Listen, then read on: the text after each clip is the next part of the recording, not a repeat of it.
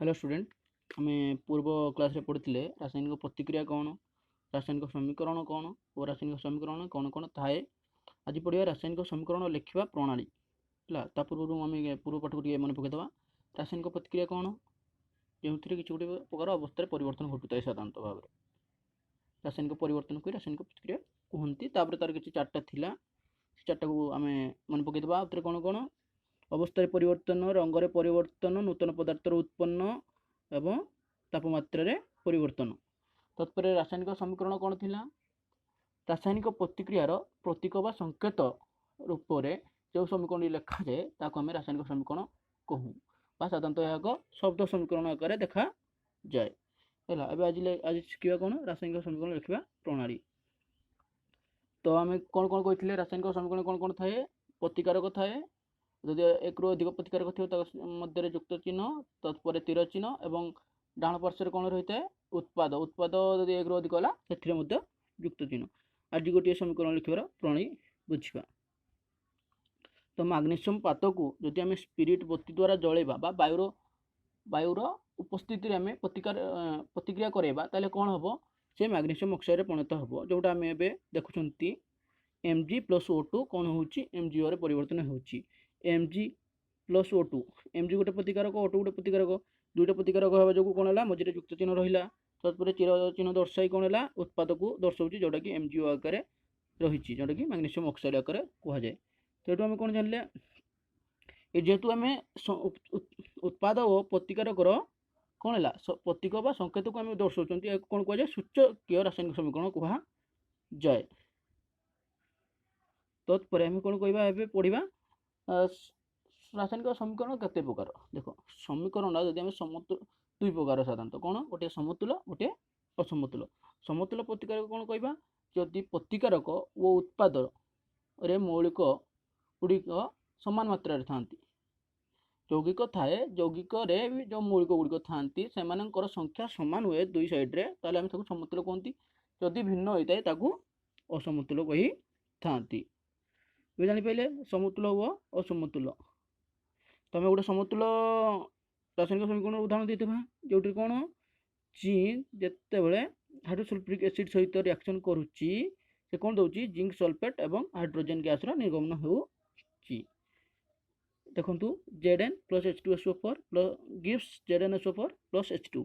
तो Zn गोटे balm पार्श्व डाण पार्श्व गोटे Zn S गोटे O2 चार्टा O चार्टा H2 दुईटा तो कौन कहीपर समतुल समीकरण। ये टेबल टी आम देखा मौलिक गुड़िकर संकेत प्रतिकारक गुड़िकर परमाणु संख्या तथा उत्पाद गुड़िकर परमाणु संख्या एवं ताहा समान अच्छे से कौन कहला समतुल रासायनिक समीकरण कहगला।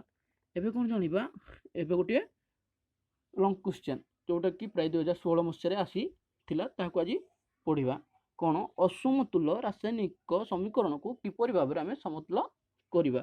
से 8टी सोपान अच्छी आम आरंभ करवा।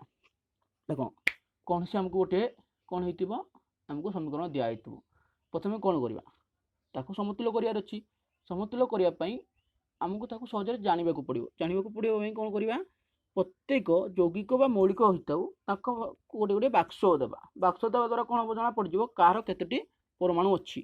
तो प्रथम सोपान कौन है रासायनिक समीकरण को समतुल करने प्रत्येक संकेतर चतुष्पार्श्व बाक्स अंकन कर समीकरण को समतुल करने समय बाक्स मध्यस्थ उपादान गुड़िकर कौन परिवर्तन करार ना।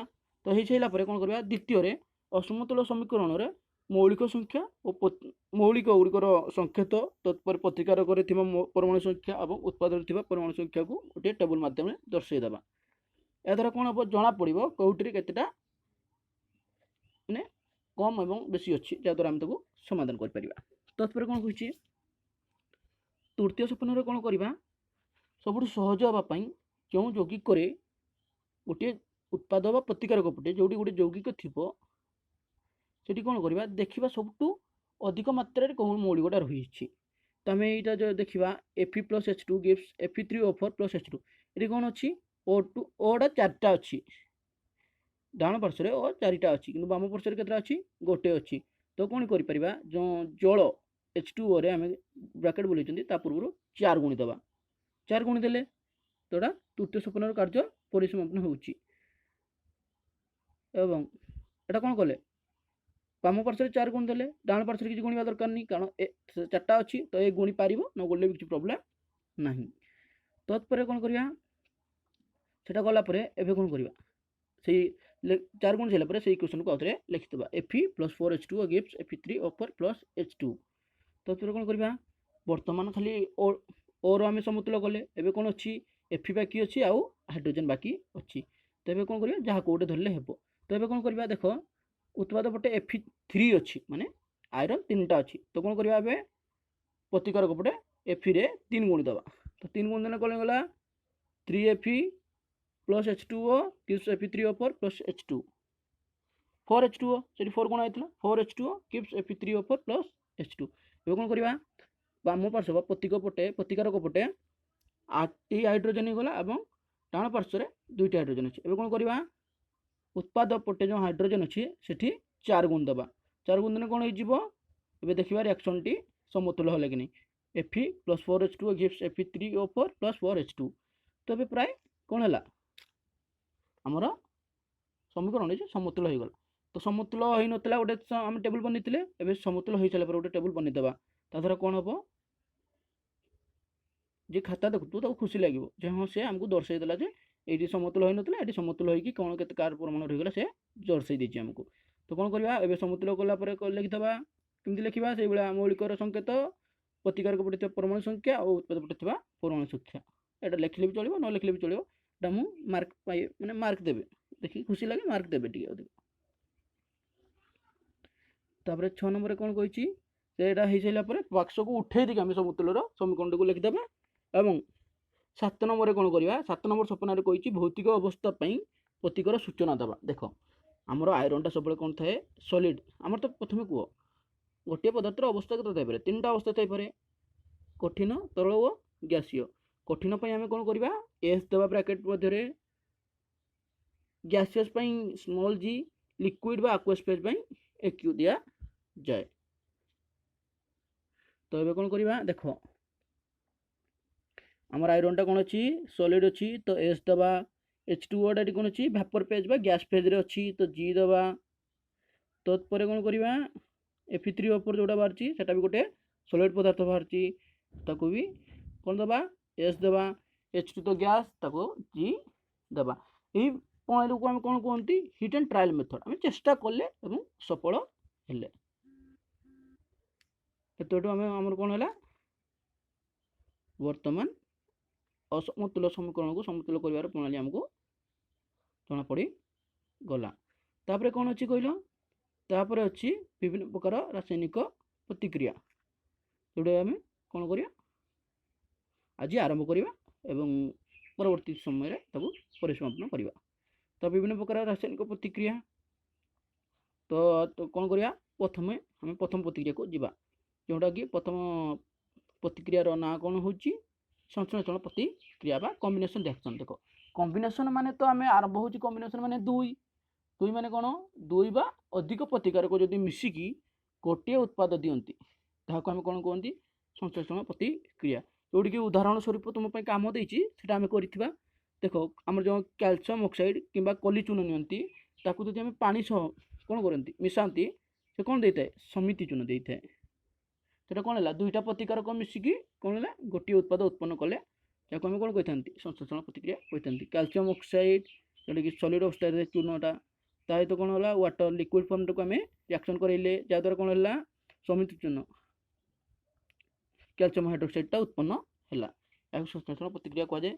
संश्लेषण प्रतिक्रिया आम ए कौन करवा संज्ञा को लिखिदेवा जो रासायनिक प्रतिक्रिया दुई बा अधिक प्रतिकारक संयुक्त हो एकमात्र उत्पाद उत्पन्न करती से प्रतिक्रिया को कौन कहुए संश्लेषण प्रतिक्रिया कहुए। मन रहा आदर करदे आदर मन पकईदे कौन जो रासायनिक प्रतिक्रिया दुई बा ताठारु अधिक प्रतिकारक मिसी कौन हुए गोटे मात्र उत्पाद उत्पन्न हुए ताकू संश्लेषण प्रतिक्रिया कहुए बा इंग्लिश रे कौन कहुए कॉम्बिनेशन रिएक्शन।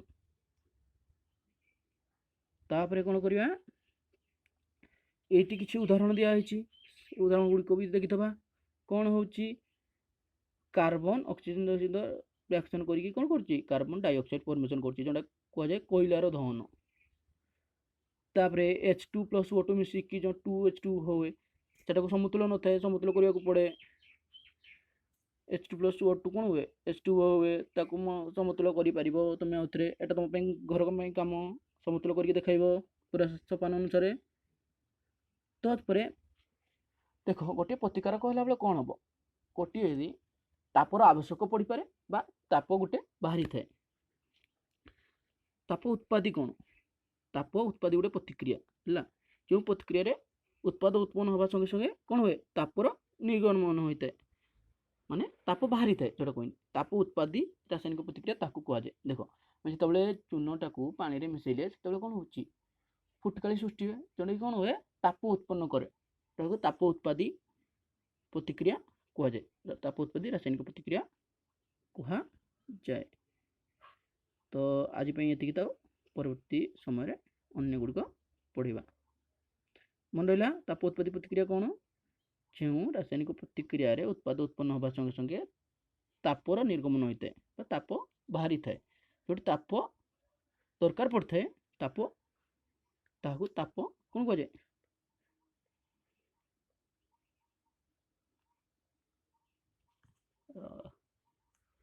कौन कहली टी सरी कौन होगा कौन पढ़ते गोटे एक्सोथर्मिक रिएक्शन गोटे एंडोथर्मिक रिएक्शन तो ओडिया मन पड़ुनी ताप उत्पादी आउ तापर आवश्यकता थाए जो कौन कहुए से रिएक्शन ओडिया नाटा मन पड़ुनी से ओडिया नाटा देखते टे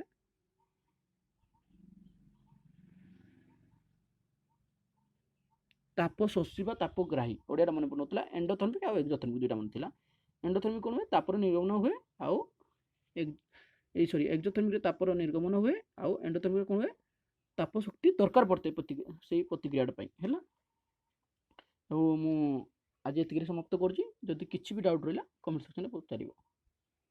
थैंक यू।